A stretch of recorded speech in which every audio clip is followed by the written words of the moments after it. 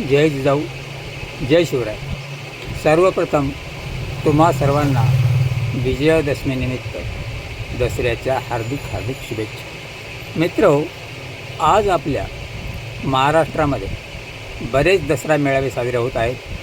तिकडे उद्धव ठाकरेचा दसरा मेळावा आहे, एकनाथ शिंदेचा दसरा मेळावा आहे, तर बीड जिल्ह्यात 2 दसरा मेळावे साजरे होत आहेत. एक भगवानगडावर आणि एक धाकटी पंढरी श्री क्षेत्र नगद नारायणगडावर.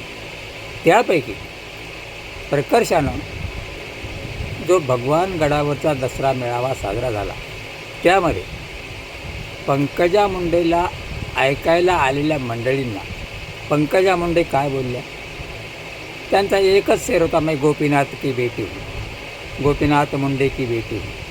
ठीक आहे, सर्व समाजाला माहीत आहे, सर्व प्रेक्षकांना माहीत आहे, जनतेला माहीत आहे की पंकजा मुंडे या गोपीनाथ मुंडे यांच्याच बेटी आहेत किंवा कन्या आहेत. पण त्याच वेळी विचारांचं सोनं लुटण्याऐवजी पंकजा मुंडे यांनी जातीयवादाचं विष ओकलं, विष पेरलं, जातीयवादाची बीजं रोवली. त्यांनी सेलक्या शब्दात मनोज जरांगे पाटलांना जातीयवादी राक्षस म्हणून संबोधलं.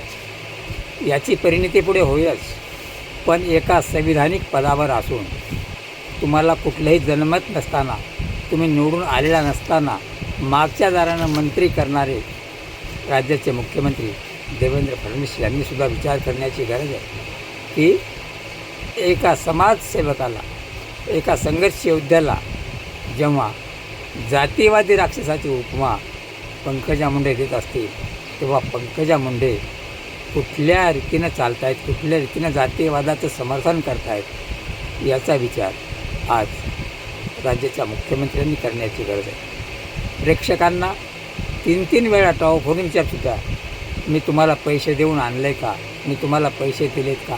जर तुम्ही पैसेच दिले नव्हते, तुम्ही भाडोत्री लोकं आणलीच नव्हती, तरी सांगायची गरज काय? ज्या अर्थी तुमच्या याला दसरा मेळाव्याला समाज जमत नाही हे लक्षात आलं, तेव्हा तुम्ही गाड्या पाठवून पैसे देऊन माणसं गोळा केली आणि त्या माणसांना त्यांच्या मनावर घाव घालणारं भाषण न करता त्यांच्या मनामध्ये जातीयवादाची बीजं रोवली आणि एक प्रकारे दंगलीला आवाहन केलं.